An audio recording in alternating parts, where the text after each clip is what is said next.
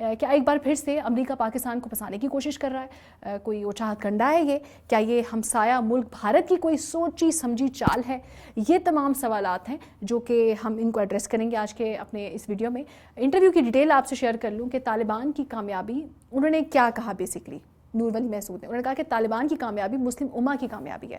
ہماری جنگ کا محاذ صرف پاکستان ہے اور ہم پاکستانی فوج کے ساتھ حالت جنگ میں ہیں اس وقت.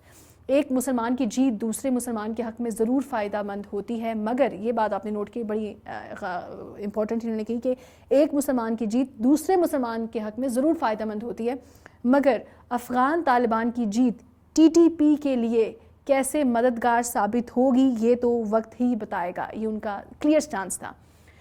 ٹی ٹی پی کے لیڈر نور ولی محسود کے حوالے سے آپ کو بھی ڈیٹیل شیئر کر دوں کہ وہ کون ہے. تو یہ بتا دوں آپ کو، جب ڈرون میں ملا فضل اللہ 2018 میں ان میں حملہ ہوا ان پر اور وہ ہلاک ہوئے، تو نور ولی محسود کو لیڈر مقرر کیا گیا ٹی ٹی پی کا، جسے انہیں brain of T T P بھی کہا جاتا ہے اور ماسٹر مائنڈ بھی کہا جاتا ہے، یعنی ماسٹر پلانر ہیں یہ پورے ٹی ٹی پی کے. نور ولی محسود کی اتنی امپورٹنس کیوں ہے وہ بھی آپ کو بتا دوں.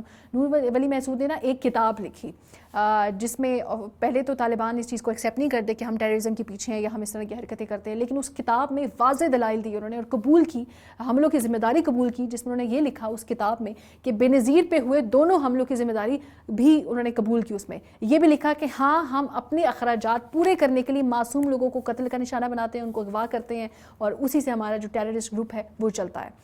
انٹرویو سامنے آنے کے بعد آپ کو بتائیں کہ بھارت کیسے پیچھے رہ جائے، کیونکہ جس دن سے فوجی انخلاء کا اعلان ہوا ہے اور 31 اگست تک کا ٹائم دیا ہے امریکن ٹروپس کے وہاں سے پراپر طور پہ نکل جائیں گے، تب سے جو تکلیف ہے بھارت کے میڈیا چینلز کو، بھارت کا جو پروپیگنڈا ہے وہ شروع ہو گیا ہے. کبھی پاکستان کے پیچھے، کبھی امریکہ کے حق میں، کبھی سی پیک کو نقصان پہنچانے کی کوشش، کبھی پاکستان کے پیچھے غلط خبریں پھیلانے کی کوشش. آج اس ویڈیو میں میں نے وہ بھی سوالات بتانے ہیں جو ان کے مختلف چینلز پر آتے ہیں. وہ 5-6 اہم سوالات کیا ہیں جو پروپیگنڈا کر رہا ہے بھارت کا میڈیا پاکستان کے خلاف فوجی انخلاء کے حوالے سے افغانستان میں. تو T T P Pakistan army کی پروڈکٹ ہے، یہ ان کا کہنا ہے. اس پر جواب ان کو میں دے دوں کہ دہشت گردی کے خلاف جنگ میں جناب پاکستان نے 70,000 جانیں قربان کی ہیں، اور جس میں بہترین آپ کو اگزامپل کے طور پہ ثبوت کے ساتھ آپ کو بتاتی ہوں کہ آپریشن رد الفساد، ضرب عضب کی بات کی جائے اور آپریشن راہ راست کی بات کی جائے تو پاکستان نے جتنی قربانیاں دی ہیں دہشت گردی کے لیے کسی ملک نے نہیں دی. اس کے بعد ایک اور الزام ان کا بڑا، پاکستان کے طالبان کے ساتھ کچھ سفارتی تعلقات ہیں اور سیاسی تعلقات ہیں. تو یہ بھی جھوٹ ہے، کیونکہ پاکستان یہ بارہا کلیئر کر چکا ہے کہ وہ امن کی کوشش کے لیے تو آگے بڑھ سکتا ہے، پیس ٹاکس میں حصہ لے سکتا ہے، مفاہمت کے لیے ایک پیشکش جو کی جاتی ہے اس کا حصہ بن سکتا ہے، لیکن پاکستان کا طالبان کے ساتھ کوئی بھی سیاسی سفارتی تعلق نہیں ہے. اور پاکستان نے ہمیشہ افغانستان نے امن کی خواہش کی ہے کہ دونوں مل بیٹھ کر بات کریں. فواد چودھری نے ابھی ریسنٹلی ایک پروگرام میں جیو کے بیٹھ کے کہا ہے کہ آپس میں ان کا معاملہ ہے وہ اس کو حل کریں جیسے بھی کریں. ہاں ہماری امن کی خواہش ضرور ہے اور ہم چاہتے ہیں کہ افغانستان میں امن ہو، کیونکہ ہمارا نیبرنگ کنٹری اور اتنے عرصے سے وار ریڈن کنٹری ہے. وی ریئلی وانٹ پیس ان افغانستان. تو یہ صرف پاکستان کی خواہش ضرور ہے، لیکن پاکستان کا کوئی اثر و رسوخ طالبان پہ ہرگز نہیں ہے. انڈیا اپنے ذہنوں سے یہ بات نکال دے. ایک اور بات، وہ جو ایک جھوٹا الزام لگاتے ہیں، اور میں کہتی ہوں کس منہ سے لگاتے ہیں، کہ پاکستان میں ان کا کہنا ہے کہ پاکستان میں نہ بلوچی، نہ سندھی، نہ پختون پاکستان میں رہنا ہی نہیں چاہتا کوئی. آپ کے ملک میں کوئی رہنا چاہتا ہے؟ آپ کو پتہ ہے آپ کے ملک میں کتنی تحریکیں چل رہی ہیں؟ انڈیا میں ناظرین اس وقت 42 علیحدگی پسند تحریکیں چل رہی ہیں، جن میں خالصتان، آسام، تعلیم سب شامل ہیں. تو اپنے ملک میں جب علیحدگی پسند اتنی آپ کی تحریکیں چل رہی ہیں تو how you can blame Pakistan. آپ پوچھیں پاکستان کے شہریوں کی کہ وہ کتنا سیٹسفائی ہیں، اور آپ پوچھیں اپنی ریلیجیس مائنورٹی سے وہاں پر، آپ پوچھیں ان لوگوں سے کہ آپ کی جو ہندوتوا پالیسی ہے وہ کس طرح ان لوگوں پہ اثر انداز کر رہی ہے. نہ ان کو جینے کا حق ہے، نہ ان کو کہیں اپنی کوئی ریلیجیس پریکٹس کرنے کا حق ہے. آپ سلوک کیا کر رہے ہیں وہاں پر؟ جو بی جے پی کی حکومت ہے، جو RSS کی آئیڈیالوجی ہے وہ وہاں پر پائی جاتی ہے.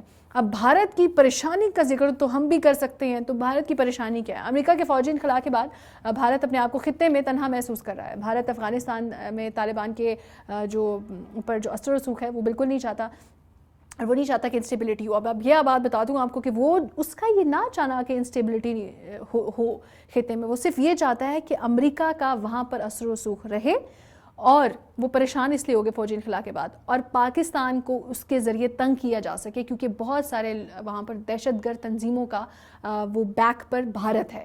تو ہی ڈونٹ وانٹ امن ان افغانستان ان ریئل سینس، اور مختلف طریقوں سے چھیڑ چھاڑ کہتا ہے کہ جاری رہے. تو امریکہ کے فوجی انخلا سے یہ سب کچھ اس کے تحفظات سامنے، لیکن اس کے ساتھ ساتھ ہمیشہ سے بھارت خطے میں انتشار اور بد امنی پھیلانے کے لیے ہمیشہ ہم نے دیکھا ہے نان اسٹیٹ ایکٹرز کی مدد بھی کرتا رہا ہے، کیونکہ بھارت میں ایک جمہوریت کا عمل نہیں ہے، بلکہ فاشسٹ جو بھارت میں خود بھی ہم بات کریں تو ان ریئل سینس میں کہہ رہی ہوں کہ ڈیموکریسی وہاں پہ نہیں ہے، وہاں پہ ایک فاشسٹ حکومت ہے، انتہا پسند حکومت ہے جو پاکستان کو عدم استحکام کا شکار کرنا چاہتی ہے اپنے اونچے ہتھ کنڈوں کے ساتھ. اور یہی وجہ ہے کہ بھارت تیزی سے داخلی اور خارجی تنازعات میں الجھتا رہتا ہے، الجھتا جا رہا ہے. اپنے مسائل سے توجہ ہٹانے کے لیے مودی حکومت اب کیا کر رہی ہے؟ اسی طرح کے کام کری، کبھی بلوچستان سمیت پاکستان کے حساس علاقوں میں فرقہ وارانہ فسادات کروانے کی کوشش میں. اور سب جانتے ہیں کہ افغانستان میں امن مطلب پاکستان میں امن ہے. آف کورس پاکستان میں بھی اگر وہاں پر انسٹیبلٹی ہوتی ہے تو بارڈر لگتا ہے تو پاکستان بھی مشکلات کا شکار ہو سکتا ہے. اور سیدھی سی بات ہے بھائی، 100 باتوں کی ایک بات میں کہوں گی، سی پیک جیسا بڑا منصوبہ نہ بھارت سے ہضم ہو رہا ہے اور نہ ہی امریکہ سے ہضم ہو رہا ہے کسی طور بھی. اب بھارت کو دلاسا دینے کے لیے امریکی وزیر خارجہ بھارت کو نکل گئے ہیں.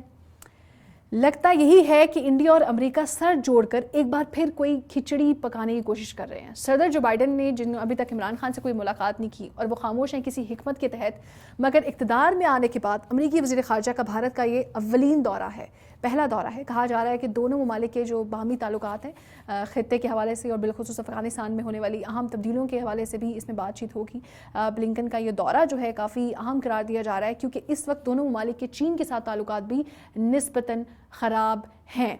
تو یہ تمام آج کی ہماری ویڈیو کے اپڈیٹس تھی. ایسے میں چین اقتصادی سوچ اور پالیسیوں پر دونوں ممالک کے جو ممکنہ مشترکہ لائحہ عمل پر بھی نگاہیں ہیں ان کی، کیونکہ ایک شک یہ بھی ہے کہ جو ان کا دورہ ہے امریکی وزیر خارجہ کا، وہ مذاکرات میں بھارتی حکام سے ملاقاتیں کریں گے، افغانستان میں سیکیورٹی کی صورتحال پر نظر ڈالیں گے، دہشت گردی کی مالی معاونت اور دہشت گردوں کو محفوظ پناہ گاہیں فراہم کرنے سے روکنے کے لیے پاکستان پر بھی دباؤ ڈالنے پر توجہ ضرور دیں گے. تو پاکستان کے لیے مشکل دورہ ہوگا، پاکستان کی اس میں کس طرح سے وہ کھچڑی بنائیں گے پاکستان کے لیے. لیکن پھر بھی پریشان ہونے کی بات نہیں ہے، پاکستان ہمیشہ ہر چیلنجنگ سچویشن سے ہمیشہ بہت اچھی طرح سے باہر نکل کر آیا اور اللہ تعالیٰ ہماری مدد بھی کرتے ہیں. ایسے میں پاکستان کو لیکن اب یہ سوچ سمجھ کر اپنی فارن پالیسی کو ری وزٹ کرنے کی ضرورت ہے، اور وہ اس طرح سے ری وزٹ کرنے کی ضرورت ہے کہ اب چھوڑ دیں انٹرنیشنل پولیٹیکل اکانومی کے اس دور میں. ہم دیکھتے ہیں کہ مجھے ایسا لگتا ہے being a humble student of IR کہ ہماری جو ترجیح ہے، ہماری اولین ترجیح جو ہے وہ جیو اسٹریٹجک سے ہٹ کر اب وہ جیو اکانومی کی طرف جانی چاہیے. اور ہمیں بھی اپنی ترجیحات کو، اقتصادی تعلقات کو اپنی ترجیحات دیکھیں تو ہمیں اپنے نیبرنگ کنٹریز کے ساتھ اسپیشلی سی پیک جیسا جو بڑی فارن انویسٹمنٹ آئی اتنے عرصے بعد پاکستان میں، تو اس کو دیکھا جائے تو ڈیفینیٹلی جو اقتصادی تعلقات ہیں ان کو فروغ دینا چاہیے اور ایک اسٹیبل کنٹری کے طور پر سامنے آنا چاہیے. میں کوشش کروں گی جیسے سی پیک کی میں ویڈیوز میں بات کر رہی ہوں تو ایک ڈیٹیل ویڈیوز آپ کے لیے لے کر آئے، سی پیک ہے کیا، BRI کیا ہے، تو اس پہ ہم ڈیٹیل میں بات کریں گے. لیکن آج کی ویڈیو سے مجھے اجازت دیجیے گا. اللہ حافظ.